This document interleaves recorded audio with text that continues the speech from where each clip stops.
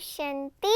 आज की मुरली स्टोरी है शिव पार्वती के विवाह की कहानी।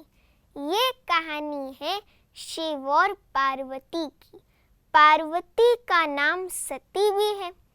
सती अपने पिता के ना चाहते हुए भी शिव जी से ही विवाह करना चाहती थी। दक्ष प्रजापति ने अपनी बच्ची के विवाह के लिए एक बहुत बड़ा भव्य आयोजन किया था, जिसमें राजकुमारी को आमंत्रित राजकुमारों में से अपना वर चुनना था। वो राजकुमार आए थे, देवताएं भी आए थे और चारों दिशाओं से और भी राजकुमार आए थे। दक्ष प्रजापति ने शिव जी को छोड़ सभी को बुलाया था। अब पार्वती जी को तो ये जिद थी कि मुझे शिव जी से विवाह करना है, तो उन्होंने शिव जी को पुकारा और कहा कि आप मेरी जयमाला को स्वीकार करो। तब शिव जी ने पार्वती जी की पुकार सुनी और उन्होंने पार्वती जी की जयमाला को स्वीकार कर दिया।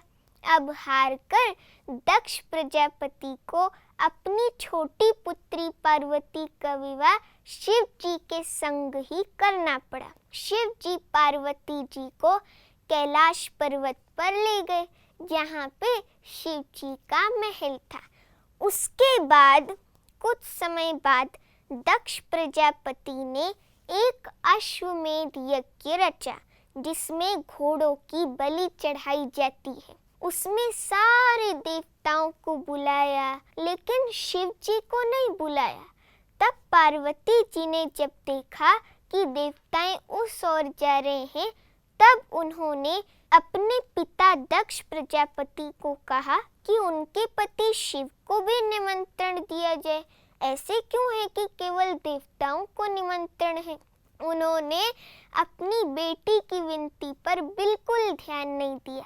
दक्ष प्रजापति बिल्कुल अपनी बेटी की बातों पे ध्यान ही नहीं दे रहे थे कि पार्वती जी ने अपने को उसी यज्ञ में स्वाहा कर दिया। फिर जल्दी ही पार्वती जी ने पर्वतराज हिमवन के यहाँ पार्वती नाम से जन्म लिया और वो पार्वती नाम से प्रसिद्ध भी हुई।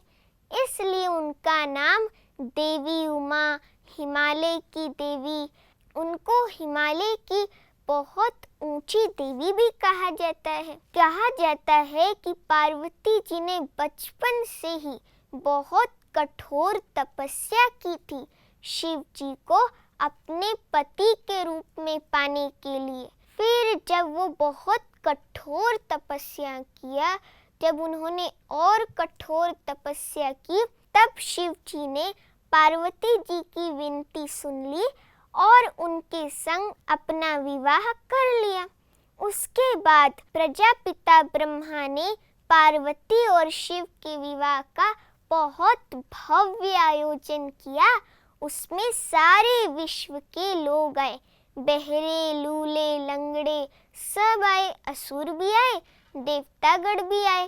पूरे संसार के लोग इस विवाह समारोह में एकत्रित हुए थे। इस स्टोरी का आध्यात्मिक रहस्य है, शिव पिता परमात्मा हमें कहते हैं, तुम पार्वतियां माना हम आत्माएं जब कठोर तपस्या करती हैं, शिव पिता परमात्मा के ज्ञान को अपने जीवन में धारण करती हैं, घोर तपस्या पार्वती की तरह करती हैं और कर्मातीत अवस्था को प्राप्त करती हैं, तब शिव पिता परमात्मा हमें अपने साथ परम धाम ले जाते हैं। जो नंबर 1 पुरुषार्थी होते हैं, पास विद ऑनर का सर्टिफिकेट लिए हुए होते हैं, वो शिव साजन के साथ ही रहते हैं।